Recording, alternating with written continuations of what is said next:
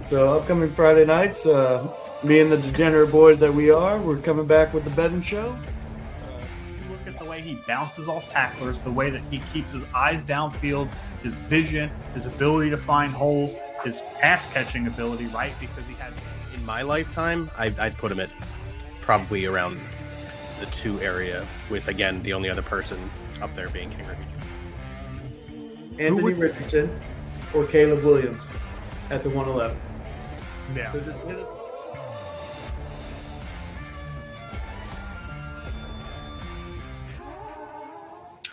Ladies and gentlemen, welcome back to another episode of B.S.ing Sports, part of the B.S.ing Network, where we do a little BS and we talk a whole lot of sports. If you tuned in last night, you saw Mr. Jake Krogan live talking predictions. I am your host for this show. My name is Ryan. You've seen me a lot on this network. Let's start out with Jake. How are you doing this morning? I'm good, man. I'm good. Got a lot of sleep now. Feeling better now that you've got your football attire on? Sure, buddy. Sure. Man, it's game day. It's Sunday, man. We got to get ready for this. Game day for you anyway. We once again do not play on this Sunday. But the Eagles not playing on Sunday has led to a bit of a dilemma. What are fantasy managers going to do with A.J. Brown? So, Jake, are you riding with A.J. Brown this morning? I'm not. And if I have him in any leagues, I am swapping him out as fast as I can. For whatever player we can get. I think this is truly dependent on what the situation is with your team. Let's check in. Hot Take City, the duo is back. Let's effing go. Damn right, Hot Take. How you feeling about the Giants against the Commanders? You think they can slow down Jaden Daniels? Yeah, I'm not riding with A.J. Brown either. I have him in 2 of my dynasty leagues. In one of them, I benched him for Zay Flowers, which obviously, downgrade, yes, not a bad one at all. If I can get, about 11 to 14 points from Zay, I'll be satisfied there. That's a game where I'm facing a rebuilder, so I should probably win that one fairly handily. And then the other one I'm not as confident about. I'm benching A.J. Brown for J.K. Dobbins, who absolutely went nuclear last week in his return to NFL action. However, one game is not a real sample size. It's a very small blip of data, and I am just, I'm a little nervous about it. I feel that. Hot takes, that is the hottest of takes. And if it hits, I got to buy you a beer, homie. Yikes. Yeah, I'm not with that. Not with the 350. If it was 250 and a rushing touchdown, I could buy it, but not no 350. To me, that's crazy. So, yeah. How many quarterbacks last week went over 300 yards? Stafford did. Tua did. I don't think Goff did. I think Stafford and Tua. I'll get you that answer in a half second. Yeah, I'm pretty sure Stafford and Tua are the only 2 that cleared 300 passing yards last week.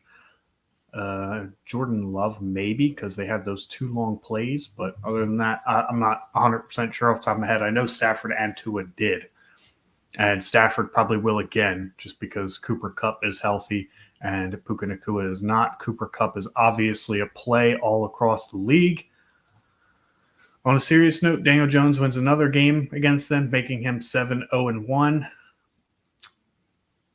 Yeah, again, I'm not like 100% in that either. I know he's got pretty good career numbers against them, but I don't know. This Giants team feels different in a way that they just are awful. Like the Commanders, I like them like this. The Giants, I like them like that.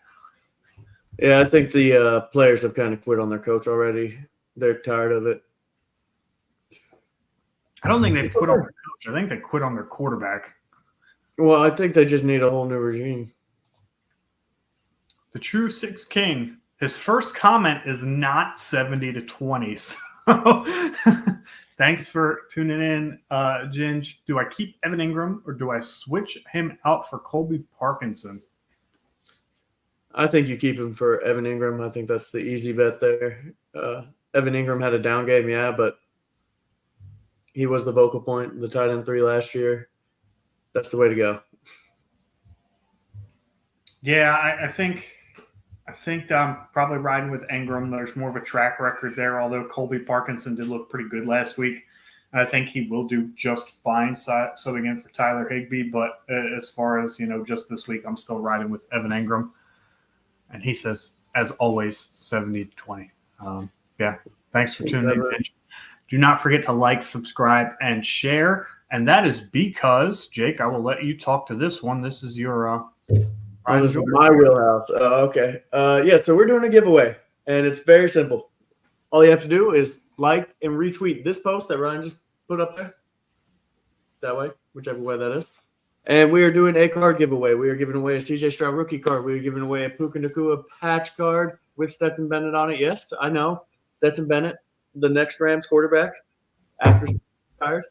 We're giving away a J.K. Dobbins card, number 49, a Stephon Diggs number card, number to 49, and a James Cook, number to 199. And you can see all this on this post, like, retweet, tag a friend that loves football, and, of course, subscribe to our YouTube page. It's all there in that tweet, so go follow B.S.ing Sports on Twitter or X, whichever you want to call it, and go get some free cards. We're going to do this quarterly. So week 4, we're going to do this drawing, then the next 4 weeks, and then we're going to do playoffs and Super Bowl. And Super Bowl, I'm going to give away a very dope card. So I actually was thinking about this morning. We'll do week 4, week 8, 12, 16, divisional round, right? Those 5 giveaways. And then for the Super Bowl, the way you have to qualify is you have to participate in any of the other 5 giveaways. So you have to have participated in any one of those ones by following the tweet here, the directions, and then you have to, participate in the Super Bowl one as well. And I am saying this live, so I mean it. For the Super Bowl, we're giving away a jersey. All right. We're giving away a jersey courtesy of B.S.ing Sports. We will be giving a jersey free shipped from NFL Shop to the lucky winner of the Super Bowl giveaway.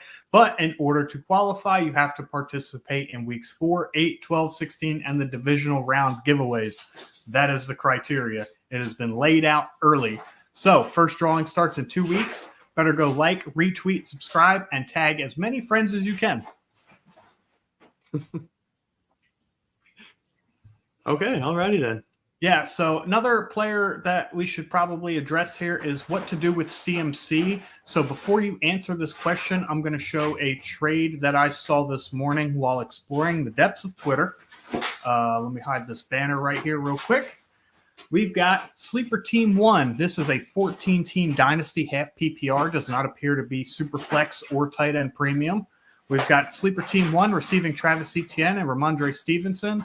And then we've got CMC, a 2027 first, and 2 2025 seconds on the other side. For me, this is the ETN Stevenson side all day. McCaffrey is going to be out a minimum of the next 4 weeks. And who knows, with an Achilles and a calf injury, that could be all season. And he's getting older. Yes, I know he just signed that extension, but you are getting 2 younger bona fide players in Travis Etienne and Ramondre Stevenson, who I think are going to have huge fantasy years and are the vocal points of their offense, versus a 2027 first-round pick, a 25 second, and a 25 second. I would rather take the risk on Etienne and Stevenson, personally. And it's 14 teams, so you're not going to get elite players at all positions, and this gives you 2. I think you're very loosely using the word elite, in my opinion. Ramondre Stevenson is definitely not in that tier of elite yet, in my opinion. One big game does not change that for me, and I don't think it should for you either. However, we did both talk about how Ramondre Stevenson was a sneaky buy in the offseason, seeing as the Patriots offense is simply just out of targets and out of people to give the football to. So, in my opinion in this deal, I think it's a very good deal, actually. I think if you're rebuilding, this is strange because I'm not a big fan of buying older running backs. However, when you're rebuilding in Dynasty, I don't think it's always about the picks and the youth. I think there's avenues to being a good rebuilder and buying dips on player values too. For example, last year in the playoffs first week, I sent Adam Thielen to a team in exchange for Mike Williams. Mike Williams was out for the season. He obviously had no value just sitting on IR, and I sent it to a team who was desperate to win their first round playoff matchup. They didn't look like they were going to, and Adam Thielen was having a pretty decent year. But me as a rebuilder, I'm not going to be able to do anything with Adam Thielen. So it was really just wait and see what happens with Mike Williams. Maybe he comes back later this year after he kind of gets back in the flow of things and loosens up and becomes, a good red zone target for Aaron Rodgers. So we'll see what that looks like moving forward. But yeah, it was really just a matter of Mike Williams' value is at an all-time low. It can't get any lower because he hasn't played most of the year at this point. We'll see what happens here. But yeah, so I like that side if you're rebuilding, right? Travis Etienne, Ramondre Stevenson. Etienne will be 26 later in the year. I think Stevenson will be 27. So they're a little bit older on the running back side there. Stevenson might be 26 as well. But nonetheless, if I'm rebuilding, I'm capitalizing on their max value now and selling where I can. And McCaffrey's only out 4 weeks, right? It's not the end of the world, particularly in Dynasty. We know exactly what he's going to do. He'll probably produce what those guys on the other side produce together by himself. So I actually like the Christian McCaffrey side here. Agree, disagree? Yeah, so that's pretty much what we do on this show is agree to disagree. Again, if you have not liked and subscribed, where are you guys at? It's 11 o'clock in the morning on game day. We need you guys in the chat. We need you guys nice and loud. So let's bring up the DFS lineup. Jake, let's see if we can build a winner this week. Yeah, we did not do too hot last week by any means. Last week was a weird week. We got to give ourselves a little bit of credit here. Let's see. I forget which one it was. It was this one. We're going to rebuild this one. This is interesting. 49ers running back Christian McCaffrey, per Ian Rappaport, could now be out 6 weeks or more. Still doesn't change my thoughts on the trade. If it was week 10, that's a little different story. But I'd rather Christian McCaffrey miss time now than fantasy playoff season. Fair enough. You ready to jump into this? Oh, yeah. Yeah. Clear everything out. I didn't like this lineup anyways, so. If you don't know, we always start out with our DFS lineup with the bottom 5 defenses. Going for value here. Last week, that worked out pretty well. Yeah, we took the Patriots defense, and they had, I think, the third most points. So yeah, that was good. So what are we looking at here for bottom 5 defenses? Bottom 5 scares the shit out of me, and it is the Bucs defense, the Saints defense, the Vikings defense, the Panthers, and the Cardinals. Me personally, I like the Saints here against Dallas. Yeah, I was just about to say, I feel like the Saints are probably high ceiling, low floor here. That's probably the play, in my opinion. Pick the defense that's coming against the Cardinals. That would be the beautiful Chargers there, Gingy, and they're about $1,000 more than our other boys. Here. If I win, I can't wait till you have to buy a Giants jersey. I've actually bought a Cowboys jersey. Every year I do a jersey swap with one of my buddies who I was in the service with, and he's a Cowboys fan. I'm an Eagles fan. So last year he sent me my Kelly Green, Jason Kelsey jersey that I have.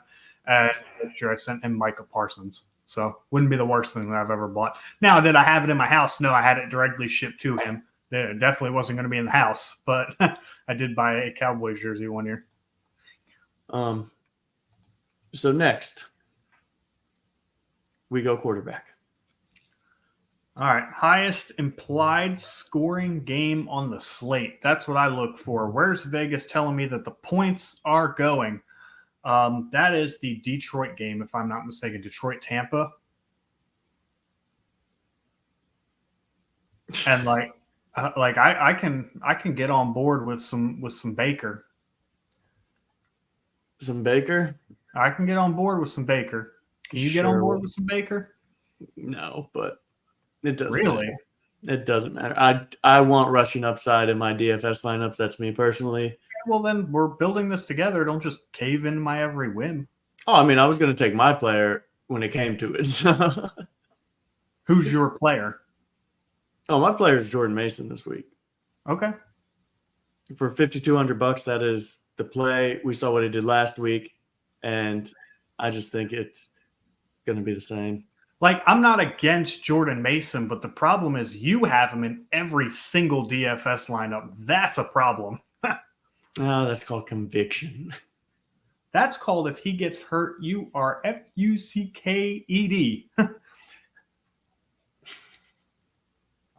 So go ahead and put Jordan Mason in.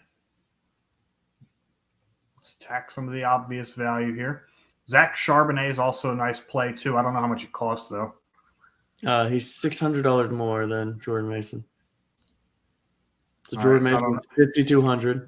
Yeah, I don't know if I like Zach Charbonnet that much. Yeah. He's right here. Especially at New England. Yeah, I'm not in love with that. Mm-hmm. And I think this is the last week we get Jordan Mason now that CMC is hurt. CMC's out for 4 to now it looks like 6 weeks or more. Yeah. Jordan Mason's value is going to skyrocket, especially if he has another big game. So I think this is the last week you get him for the cheap. And so that is why he is my lock. And you wanted Baker Mayfield. Oh, I was wrong. Let's talk about it. I was wrong about him. Yes, you were. Last week. Yes, you were. But golf is 6,400. I mean, and Mayfield. Goff I'd want to avoid, because if we're going to do 6,400, we might as well go up to 6,800 and get A-Rich. Right.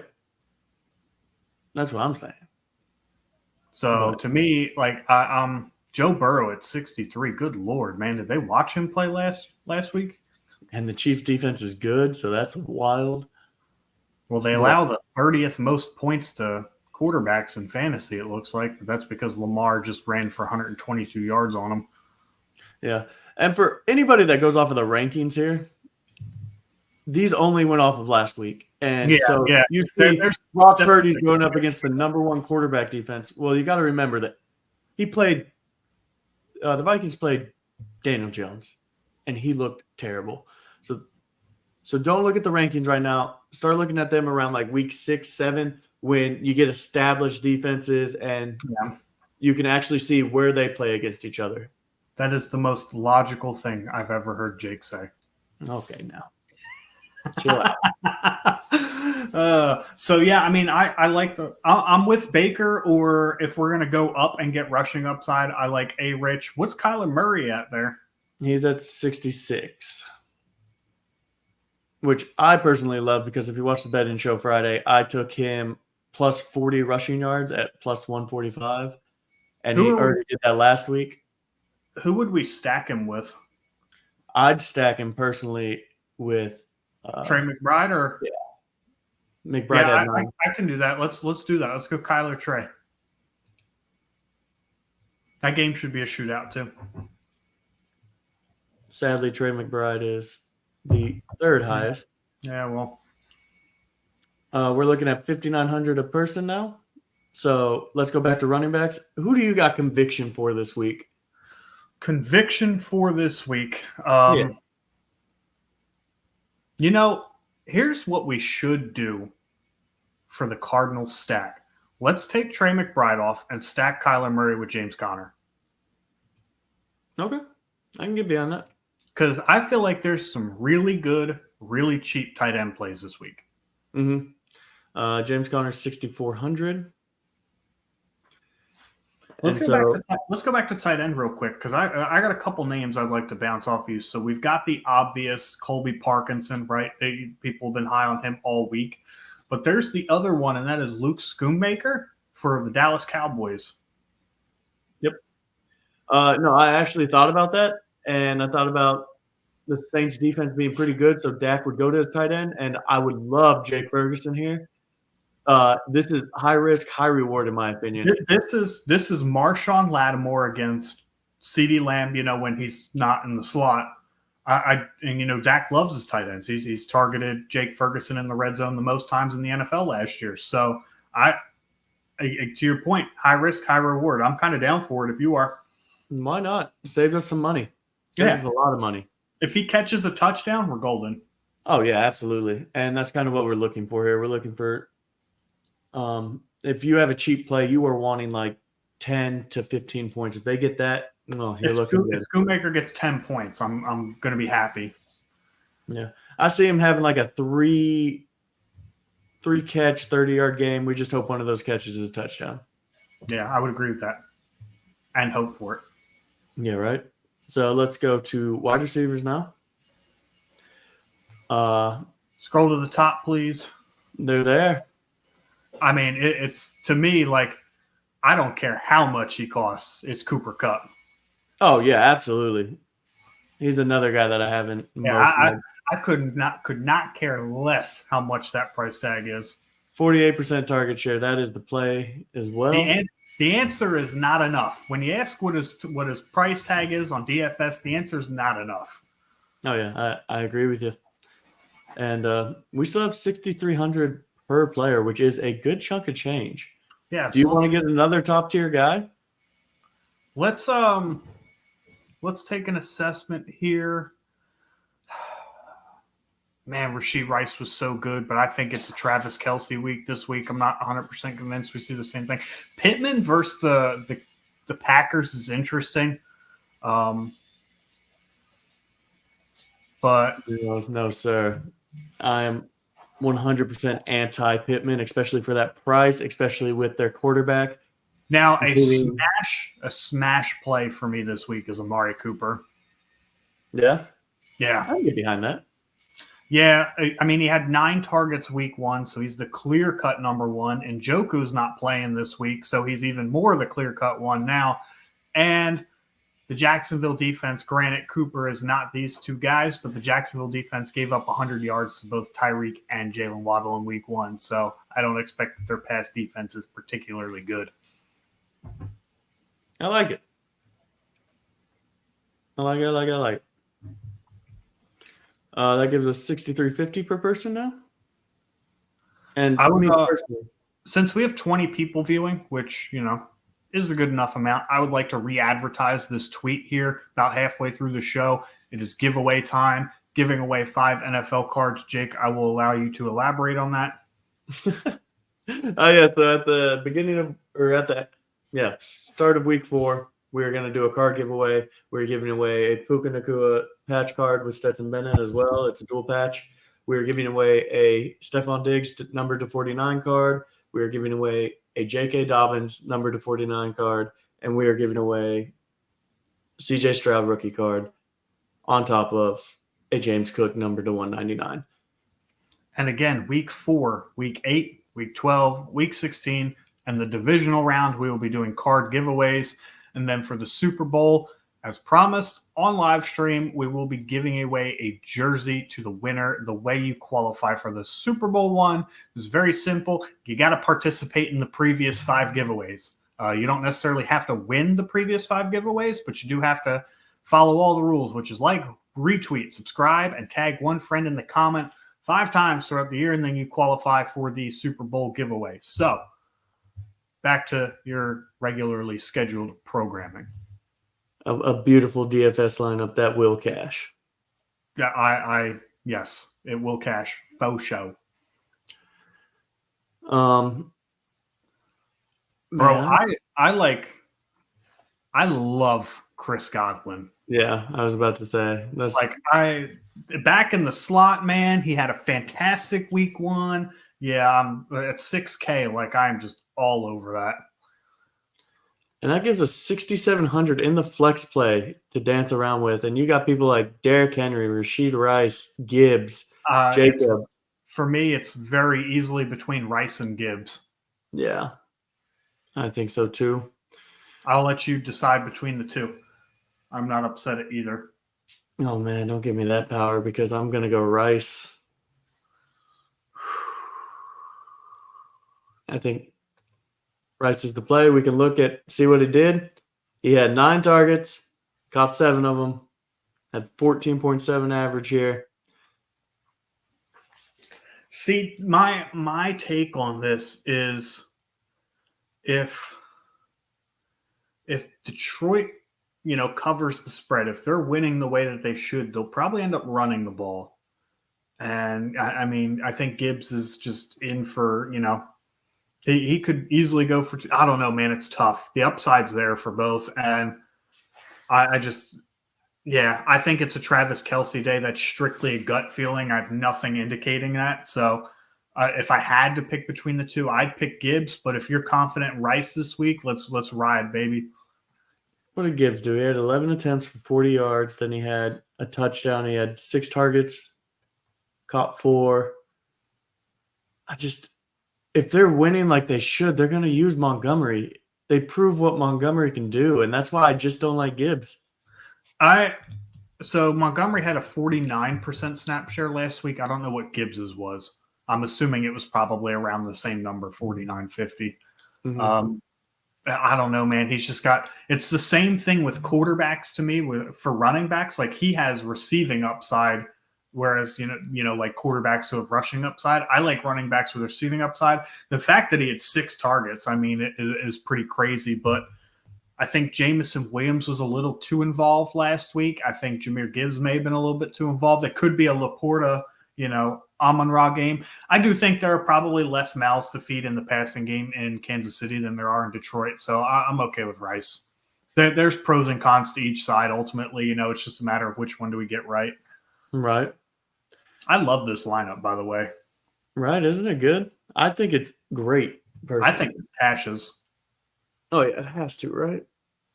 I think Cooper Kupp goes nuclear, which is not really a hot take by any stretch of the imagination, but yeah. And with the Saints, yes, I know we have Luke Schoonmaker in our lineup, so it seems kind of contradictory. However, with the Saints, I'm just hoping for a turnover or two, a sack or maybe, one of those big plays. It doesn't mean you can't necessarily root for – if you're picking a defense in DFS where you're hoping that they limit points and yards against, I don't know. That's just not my strategy. Jake, how you feeling about having a defense and a player that's playing against that defense? Oh, did we do that? Yeah. Schoonmaker. If it's just a touchdown, I'm fine with that. And honestly, we went cheap. We went cheap there, so to me, that's what you want. Mm-hmm. And so you sacrifice the touchdown, but I also think they get turnovers regardless. And hopefully it's just not a blowout. That's all you're asking for. You're asking for like a sack or two to get some points. You're asking for them not to give up more than 30 yards.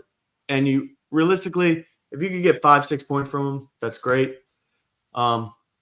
If you get double-digit points, no matter how it comes, that's going to be that's a win from a guy that costs $2,900. Like at that point, you're hoping he gets 10 and relying on all the guys you spent big money on to carry you to victory. Yep. And Jake Ferguson has just been officially ruled out, which I thought had happened a long time ago. That's not paying all the attention.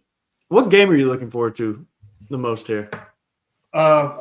Bucks Lions, just because I have a lot of shares in fantasy of players on those teams, and the other one is the Cardinals, the Rams. Those are going to be the two that I'm keeping the closest eye on. They're supposed to be the highest scoring games of the slate, supposed to be some shootouts. I've got the Rams in an upset. I know I wasn't on the prediction show, but even without Puka Nacua, right, we saw the Rams win a Super Bowl without Puka Nacua. So, I mean, I'm not too worried about that. Matthew Stafford, obviously, is a very good quarterback. As I've said before, I think he's the best in the NFC. Yeah. Maybe not at his age anymore. Obviously there's some slight declines, but he does some things really, really well. So how about you, Jake? What game are you looking forward to the most?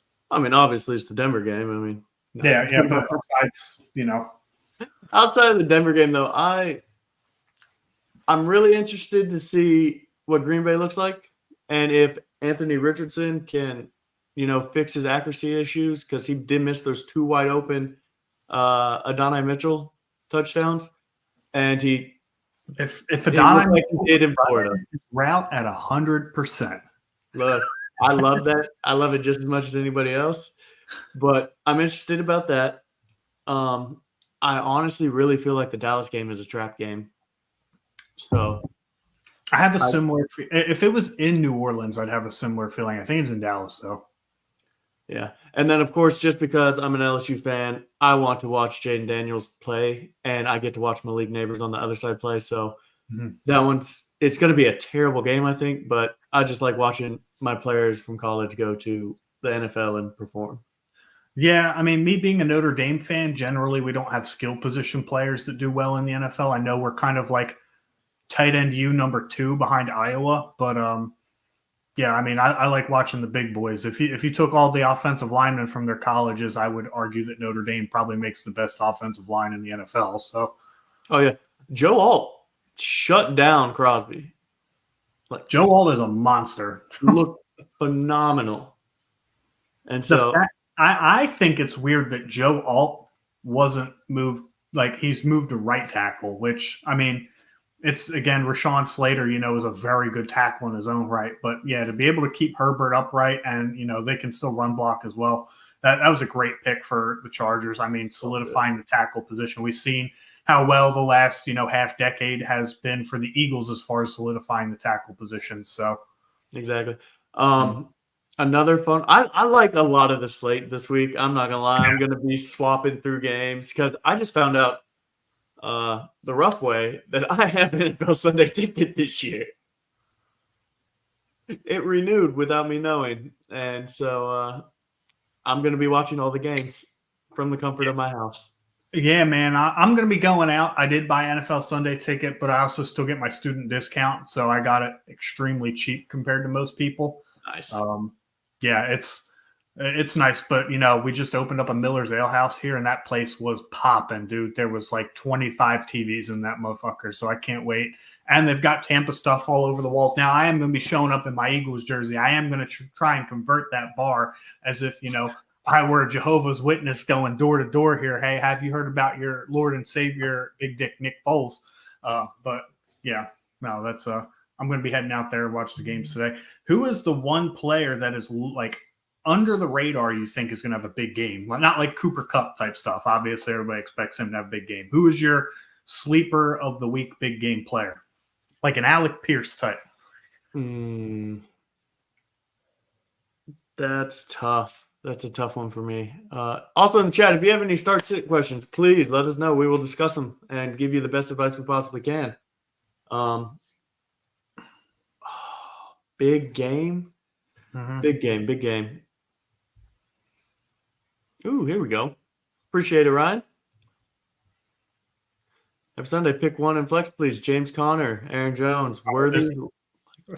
This is a slam dunk, baby. What are you going, Connors?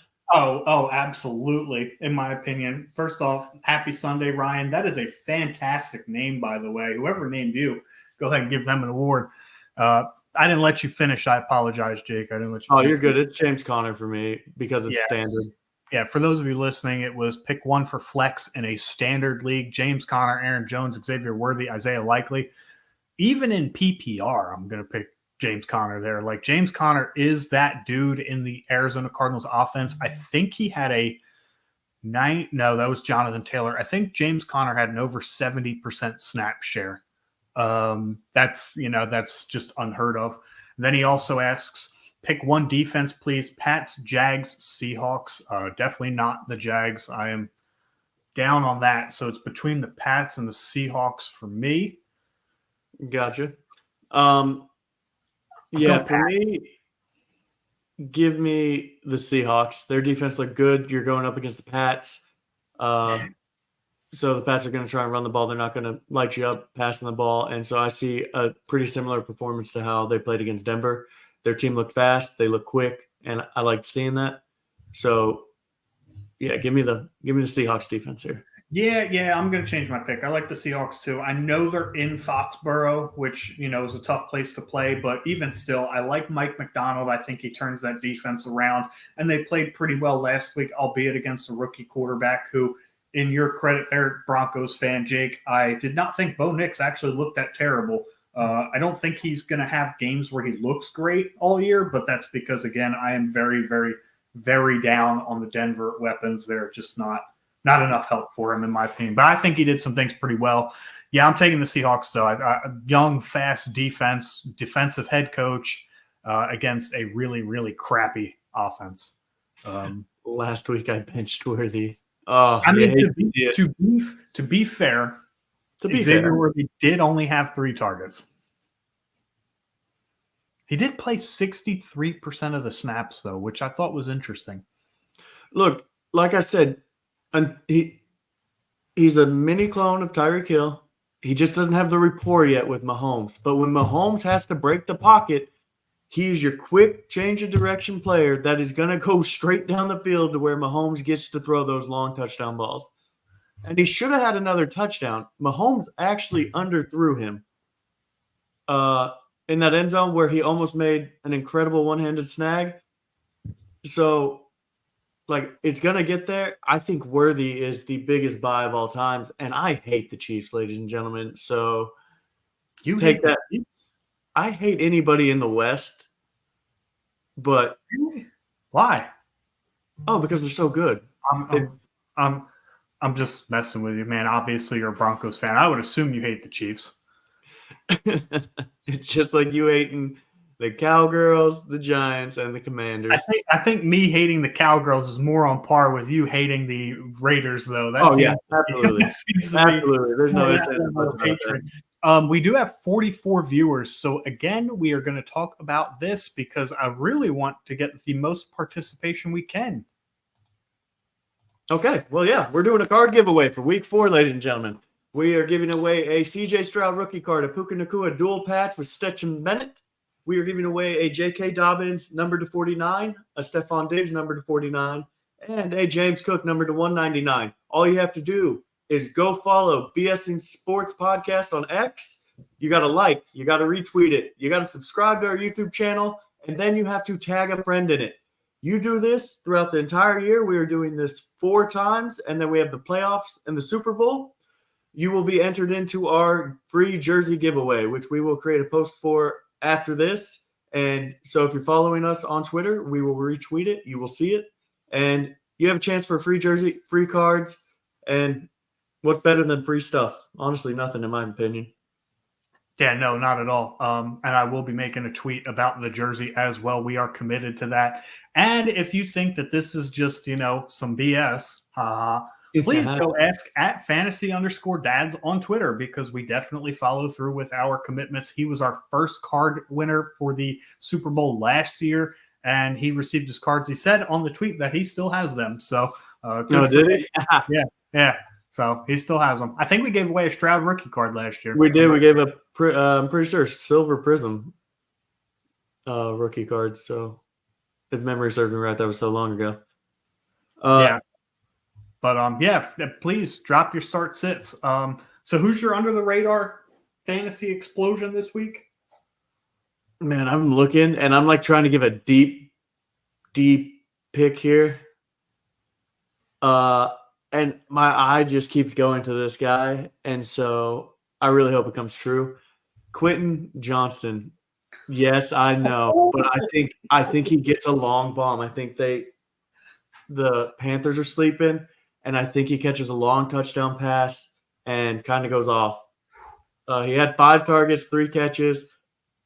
It's a lot to ask, but for some reason he just keeps I keep seeing him and I'm just maybe it's worth it. Panthers are bad. The Chargers are going to try and run the ball and then get one over the top. And I think he's your speedster over the top that's going to catch it. My deep dive sleeper, and it's not much of a sleeper. It's more so expectations of the masses versus what I think he's going to do. I think Marshawn Lloyd comes out and has a pretty good game. Oh, you don't think Jacobs is going to be the No, I don't think Jacobs. Look, the reality is nobody, I think, in America is a big believer in Malik Willis when it comes to throwing the football. What? I do see a lot of running the football. And while Josh Jacobs historically has done that for the Raiders, Marshawn Lloyd making his NFL debut, it would not surprise me if, he caught a couple passes out of the backfield, if he had a rushing touchdown. If he comes out and he scores, 12, 13-ish fantasy points, that's a dub, man, especially for a guy who is expected to just sit behind what has historically been a workhorse. Oh, man, I completely forgot to bring this out. I want your opinion on Bucky Irving. I don't think we've got to talk about this. No, we haven't. Let me see what I kept He up had- with it a I little got bit. the stats. I'll give you the stats. Okay. He had 9 rushing attempts for 62 yards. He had that big break off of 31 yards. So you're sitting at 8 rushes for 31 yards, which is almost 4 yards a carry, which is still better than Rachaad White. He had the 3 targets, 2 catches, 14 yards. He looked fast, dude. And to be honest, he didn't look much like he looked the same size as Rachaad White. And so I think he is a more efficient runner. And my hot take is he takes over that backfield by the end of the year. I think that is a gigantic slice of hopium pie. I don't think there's any way that happens. It's my hot take. I hope Hot Take enjoys that one. Yeah, I am not. I believe in Bucky Irving to the extent that they used him this past weekend. Rachaad White is about 20 pounds heavier than Bucky Irving, which is massive in the NFL.